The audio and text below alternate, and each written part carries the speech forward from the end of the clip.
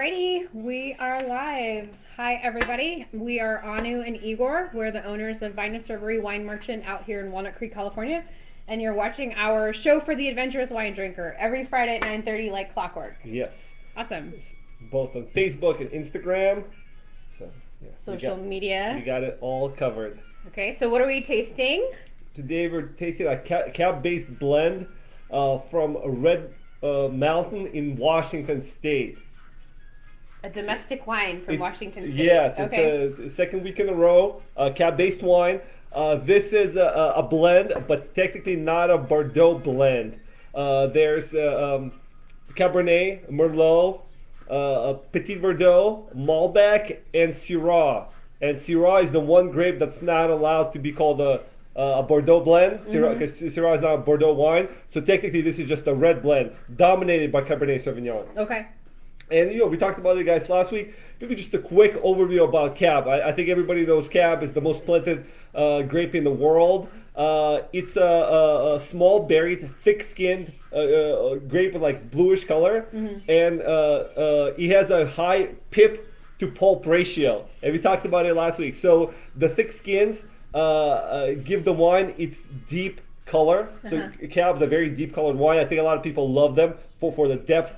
And pip to pulp ratio, that gives them a high tannic structure. And it's also late ripening grape. So Cabernet thrives in hot climate. Yep.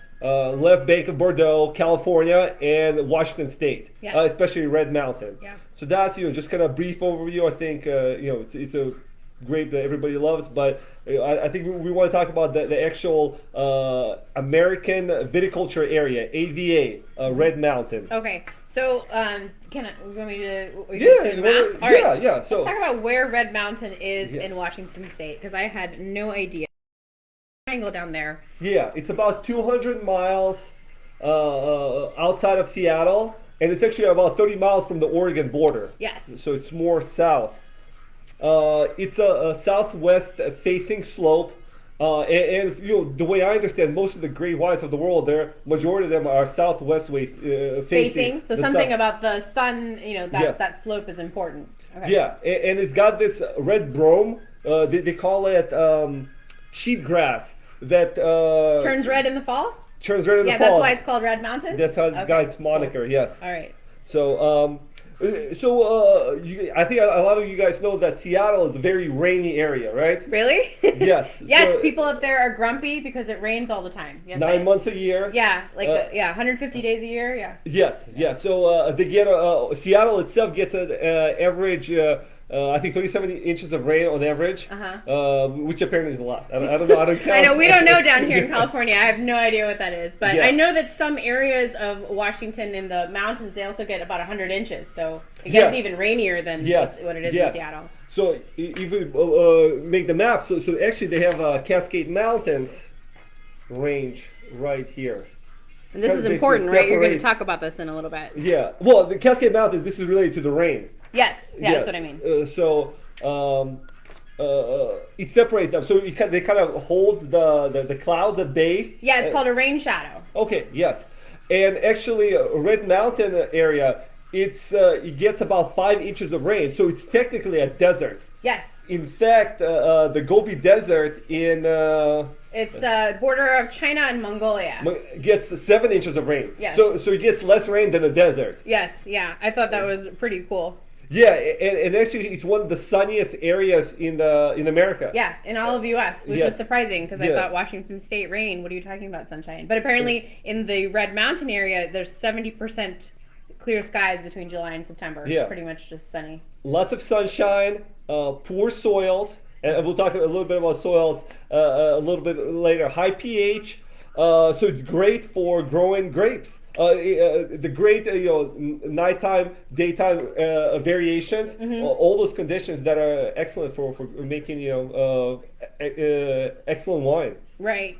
So we talked about weather. That's comes from all the rain phenomenon, that particular area being super sunshiny. Yes. But there's other things that contribute to why this area is really good for growing wine, right? Or growing things in general. But yeah. So you want to go back. Like way back. Way back. 15 million years ago. So were you a child? Yes. Well, Yeah, so not there that were. long ago. Oh yeah. So there were two cataclysmic events in that area, right? Yes, Yes. yes, and I'm here for all of your tangent needs to talk about that. So go ahead and pour the wine, and I'll talk a little bit about Did it. you show the bottle? I did, but you can just- always show it again. Yes. Major geological events that deeply impacted the soil of that area. This is important, guys. So, the Columbia Basin Formation, which happened 15 million years ago, and how is that caused? So, tectonic plates in the Pacific and North American, they're always kind of rubbing up against each other. And during that time, there was a lot of pressure, so there were fissures formed. Basically, the plates kind of cracked, and basalt. I don't know. I'm going to mispronounce this. It's basalt or basalt. I don't know which one it is. I would say basalt, but Basalt. Yeah, I'll make it fancier. But basically, a type of lava came out, and this is a specific type of lava, which is high temperature and low viscosity. So just imagine low viscosity lava flowing very, very slowly and just coating layers upon layers on each other. And basically, the lava accumulated in about a 200 square kilometer area. And this type of lava is very heavy. So it's 200,000, kilometers, Yes. and 4 kilometers deep of lava. Extremely heavy. And that depression basically caused the creation of the Columbia Basin. Yes. So that's the area. Yes. Okay. So that's cataclysmic event number 1. And number 2 happened 15,000 years ago. Yeah. So it's like we're keeping it relevant now, right? baby. Yes. And that was the Missoula floods. Yes. Yeah. So it was like during the ice ages. Yes. It was the ice age was ending. Yeah. Yes, and the water like kind of melted in a basin. Yeah, if I understand it correctly. Yeah. I think you're a better explainer of geological events. I'm not a better explainer. I Yes. just really geek out about this stuff. So yeah, there is a large sheet of ice in the area that is now Canada, and that basically was melting. And I'm talking about a lot of water. Basically, think about it: 2 times the volume of Lake Ontario. 60 Amazon rivers worth of water were melting and flowing really fast. Not just like, okay, yeah, there was water and it was moving. Yes. It was moving at a speed, they say, about 50 to 60 miles per hour. Yes. That they determined basically through studying that area. So a lot of rain and water, not rain, glacial water. And this is important because it was glacial water coming from Canada, where the soil had a lot of granite in it. So it's bringing with it silt from that area, like calcium carbonate, which is a specific type of soil, I guess. And through the years of acidic rain that fell on top of it, it kind of crystallized it and created calcium carbonate, which is crystallized, and that becomes very similar to limestone. Yes. And if you're in the wine world, you get very excited about limestone soil. Yes, because that's important, right, in wine growing. So basically, it makes the wine good. Yeah, but details. Yes. All right. So that's a little bit of the geological overview. Yes. But the other cool thing about it's this area could not have been discovered. So it's considered outside of Napa, probably the best Cabernet growing area in the United States. Yeah. And it's really two failed engineers by happenstance discovered. Well, they weren't failed engineers. Yes. They were nuclear engineers, but they were failed stock market investors. That was before GameStop. So nowadays they would have been millionaires, billionaires, or broke. I don't know how. We'll find out. Yeah, it'll kind of pan out on itself. So okay. So tell me more about these two guys. So 2 friends. I think one of them was a beer drinker, and the other one got him into wine. So they were looking to do something different, and I think they had an idea. Okay, let's find some land, and if there's water deep in the land, we'll buy it and we'll start growing grape just cause. And that was in the 1970s when like wine country was not happening in Washington State at that time. Pioneers. These guys. So they definitely brought them there. Yeah, and they had an estimation. Them being engineers, they were thinking, okay, if they dig 550 feet underground, there should be water. And they said, if we hit that amount, there's water, and we're gonna buy the land. If we don't hit it, then this is worthless. So they hired a driller to actually drill the distance that they calculated, and they didn't hit water. So the guy was basically saying, hey, sorry guys, there's nothing there. So they insisted that he drill a little bit deeper, and 10 feet further, they hit water.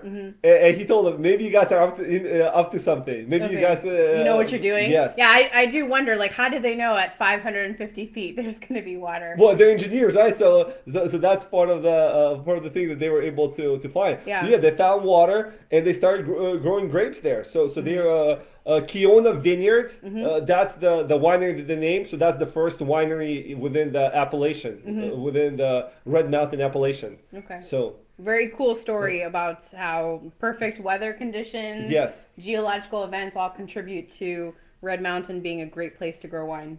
So it wasn't even AVA at that point, which is the American Viticulture Area. That's the type of classification, right? Yes, so you're going to have to request it. You have to request it, yeah. So actually, Hedges Vineyards, this was founded in 1989 by the husband and wife, the Hedges. And it's actually in 2001 that their marketing director petitioned Washington State. 2001? That's really recent. Yes. Okay. 2001 to petition that to be called. That's so the Hedges were also kind of pioneers of this region. Very cool. Yeah, and there's a little event. So people have been growing grapes there for like 10 years, and the locals thought that the quality was so high that they wanted to have their own taste-off. Something similar to the Judgment of Paris. You know, if people don't know the Judgment of Paris, in the early 70s, there was a taste-off of from Bordeaux versus some of the Napa cabs. And that was the big breakout for Napa cabs at the time, right? Everybody thought that Bordeaux were going to destroy the New World wines, and the actual the tasting proved otherwise. Right. The Napa wines were preferred to the first growth Bordeaux. So they tried to do the same thing. They wanted to taste off against Bordeaux, and they tasted off Chateau Lafite. These are, wow, Chateau Lafite. Chateau Lafite is the most famous Bordeaux in the world. Yeah. What was the other one? Cos d'Ostronel, a famous second growth, and Langbois Barton. I think that's a second growth too. So, and Red Mountain wines, they won in this judgment. In this, so they were put on the map as a high quality Cabernet growing area. Yeah, so very that cool. was a big event for them. And I think, but the third cataclysmic event that happened. There's a third? Yes, and I think it makes the first two completely irrelevant. What? Was in 2002, Robert Parker gave one of the wines 100 points. Oh, yeah. Yes. That's a huge deal. 100-point score for a wine is a big deal. Yes. So it was the first winery, so it was Kilsada Creek. Became the first winery outside of California to get 100 points from Robert Parker. And the fruit came from Red Mountain. Then 2003, 2005 got 100-point scales. And suddenly everybody was rushing to Red Mountain. Yeah. And the prices started going way up. So, so who went there? The Vancouver Canucks. They bought land too. Yeah, they're like, okay, we cannot have a championship team. At least we can have championship wine. So, you know, yes, Microsoft executives went there. The Antinori family, a famous Tuscan family, make famous Super Tuscans. Okay. The Bryant Vineyards, a big winery out of Napa. Duckhorn, also, you know, a big winery. So everybody started investing in the wines, and obviously that escalated the pricing. Right. And you know, this is fascinating. This is actually a great anecdote because I think that's what we talk about frequently. Yes. Yeah. We talk about it all the time, and this is I don't know, a lesson to be learned maybe. We were talking wines like Assyrtiko, Godea, Etna Rosso wines. These are basically spectacular wines that certain critics are commenting on. And as more of the wine world, it typically starts maybe with sommeliers or fancy restaurants, they start buying them out, and they come from these tiny areas where there's only finite amount of them. So when they first appear in a marketplace, they're low price points. They're excellent wines at low price points. Because nobody really knows about them is what it is. Exactly. So a lot of the consumers turn their nose on them. Yeah, because like, I've never heard of this. What is this? Right. So when they started climbing up in price, suddenly the consumer's like, oh, it costs a lot. It must be great. Yeah, it's great, but they were just as great at a lower price point. Yeah. You just missed the boat on them, you know. And like we mentioned, we try to promote a lot of these wines that are going that way too. I think South Africa makes some great wines that still are untouched by the hype. Yes. And Portugal, a lot of dry wines from Portugal are that way. So I think there's kind of a couple of anecdotes to kind of showcase what we kind of our motto, showcase these beautiful wines from different parts of the world. That now's the time to get them before they get hyped out and priced out. Yeah. And in fact, it's funny anecdote. We actually today had a newsletter regarding Santa Arcangeli wines out of Santa Cruz. Mm-hmm. And one of our club members, he stopped by. He was like, "I'm also a club member there," and we were started discussing the wines. So he was telling me about the areas where the wine grows and how it's exceptional area that makes exceptional wines. Mm-hmm. And Justice Robinson, not her, but one of her contributors wrote an article about Santa Cruz wines earlier in the week, Okay. highlighting that producer among Ghostwriter, another small producer. And the conversation I had today, we were basically discussing that because Robert Parker gave the wines high scores, 94 points for a lot of the wines, really high score. And they said like top 100 discoveries of the year. Yeah. So that's what he said. Yeah. He's like, uh-oh. Now he's concerned that he's kind of hidden treasure. Right, his secret, winery spot that he loved and went to is going to be found out. And the prices are going to go up. The wines are just going to be just good. They'll just cost 2 or 3 times more than they are now. So. All right, well, let's, if you're cool, let's bring it back to this wine. So this is, we're having the Hedges Family Estates blend. I think they were the first winery to be certified biodynamic. Yes. So high grade grapes and highly rated. Yeah. Yes. So 93 points, James Suckling. 17 out of 20 points, Jensen Robinson. Yes. And for $30, a very highly rated, red blend. Yeah, and I think the context of that is it's just about impossible to find a 93-point rated Napa cab. And there's very few Red Mountain cabs that are in that price range too. Yeah. So that's, I think... The context here. Highly rated, the specific, quality, and the region. It's, the price point. This is actually a sweet spot right here. Yes. For a high-quality Cabernet, this is, I think, pretty great. Okay, well, taste it. Tell me what you think. Well, I was drinking it as you were discussing the kind of the history. And, it's got beautiful, that cigar box flavor that a lot of the cabs have. It smells great. It smells like fresh-cut wood. Yeah. Well, probably some of the oak. Mm-hmm, yeah. Yeah. Nice fruit, balanced. Nothing's being overpowered. Like, it doesn't feel like it's high alcohol. It's just a beautifully, full body, robust wine. Full body wine. Yeah. Yeah. I think it tastes of. So I wrote some notes down earlier because I can't wing these. So I wrote down black cherry, currants. Kind of a cola, chocolatey, a little bit, tobacco and oak being strong flavors. And I think this wine is really delicious. It's something that's like, it's sophisticated, but an easy to drink wine. Well, it's funny you mention it because one of the generalities between the difference between Red Mountain and Napa is that they have the same power and depth, but they have a fresh, frequently they're more fresh and higher acidity, and they're approachable earlier in their maturation process. Mm-hmm. In addition to that, they have flavors of garrigue, herbal notes, and dusty earth, which you typically don't find in the California Cabernet. Okay. So it's got this earthier notes that are, California wines frequently don't have. So nice, complex, interesting, delicious wine. Yeah, I think that California wines I think are more fruitier. This has black cherry and currants, but I would say the more dominant flavors are the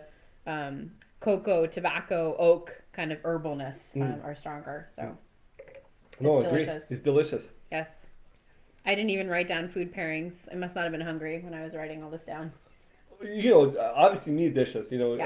Something to chew on would be great. This is a chewy wine, actually, now that you mentioned that. Yeah. Kind of has that chewy flavor. Cool. Well, I think another fun discovery, or you know. well, I think so. Yeah. Maybe everybody else doesn't, but this is a great wine. Yeah. We have it in our own personal cellar, so Yes. I'm excited.